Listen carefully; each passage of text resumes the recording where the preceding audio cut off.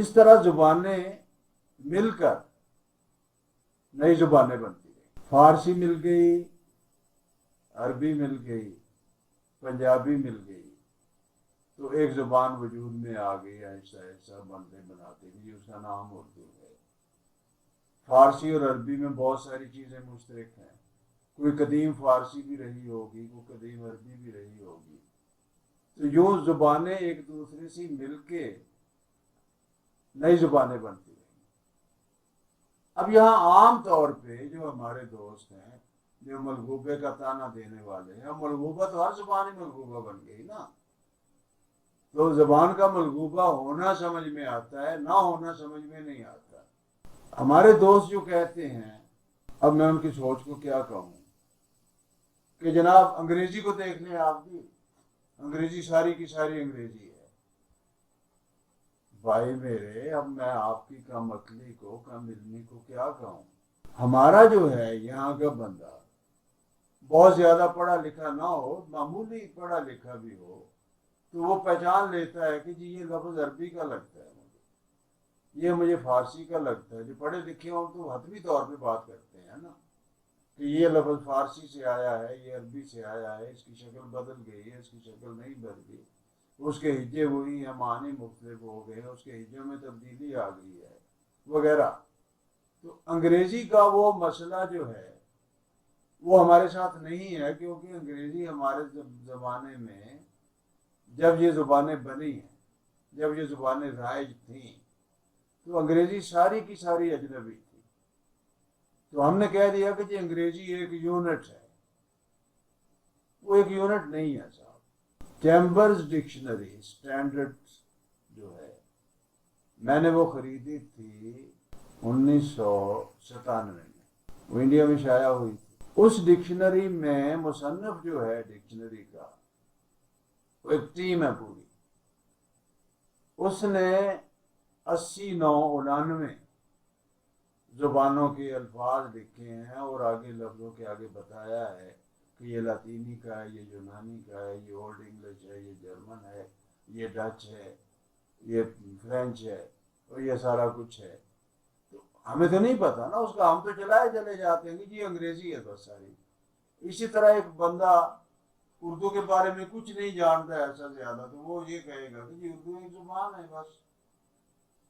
وہ جو ہم باریکیوں میں جاتے ہیں تو ہمیں یہ بات ہم پہ کھلتی ہے کہ زبانیں ہوتی ہی ملغوبہ ہیں. جو زبان ایک دوسرے کا اثر قبول نہیں کرتی، وہ زبان یا تو مر گئی ہے، یا وہ لوگ کسی جزیرے میں بیٹھے ہوئے ہیں جہاں نہ کوئی باہر سے آتا ہے، جہاں بچہ راوی نہ کوئی جاوی تو نہ کوئی آوی.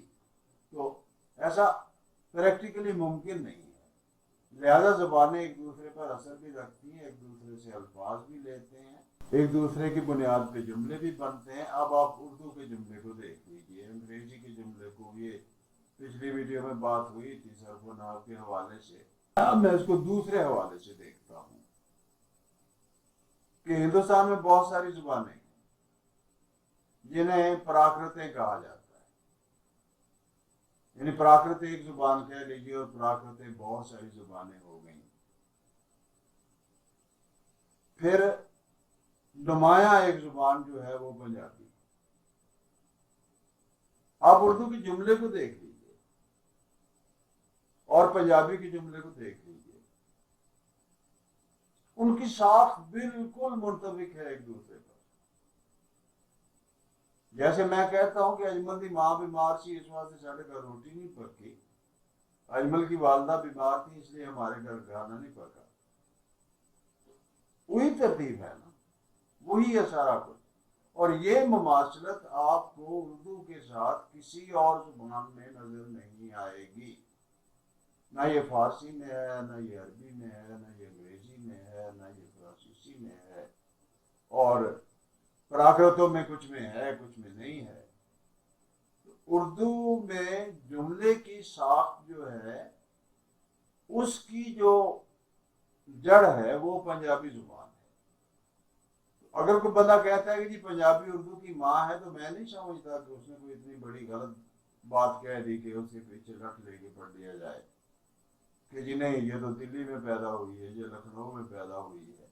زبانیں کسی خاص مکان نمبر میں یا کسی خاص گلی نمبر میں پیدا نہیں ہوا کرتی، وہ ایک پورا علاقہ ہوتا ہے۔ اور پھر زبان کی کوئی ڈیٹ آف برتھ نہیں ہوتی، اس کا ایرا آف برتھ ہوتا ہے، اور وہ ایرا جو ہے عرصہ حیات 2 4 10 سال کا نہیں ہوتا، وہ صدیوں پر محیط ہوتا ہے۔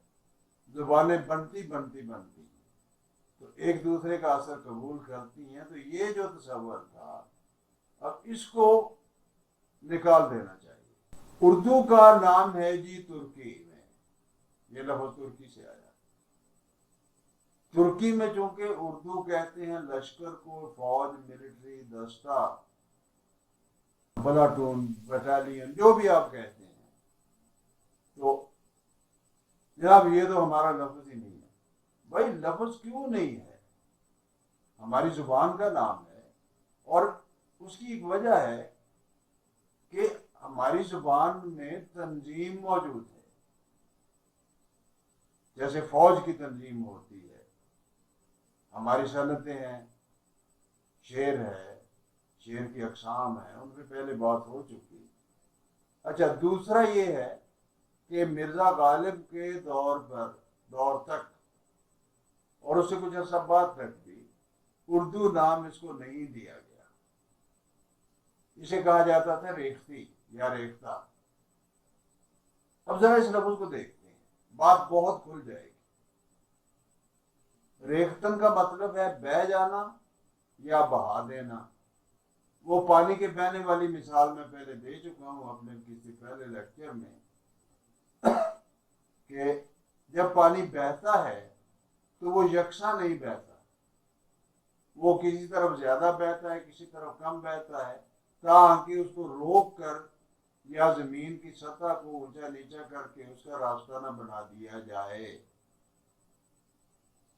تو اس لحاظ سے اردو میں بہاؤ بھی ہے، اردو میں تنظیم بھی ہے، یعنی روانی بھی ہے، اس میں توازن بھی ہے، اور اس میں حسن بھی ہے، اس میں فوج والی بات بھی موجود ہے، اس میں پانی کے بہاؤ والی بات بھی موجود ہے۔ تو یہ جو بحث تھی نا، لشکری غیر لشکری، یہ بحث جو ہے یہ بڑی بالکل فضول چیز۔ ایک تو مجھے یہ بات کہنی تھی۔ اب جمالیات پر ہم آگے جا کے بات کریں گے، اس میں پھر صرف و نحو وغیرہ کی بات آتی ہے، دوبارہ ایک ہی موضوع ہمیں پاس 3 4 بار بھی ڈسکس ہوگا۔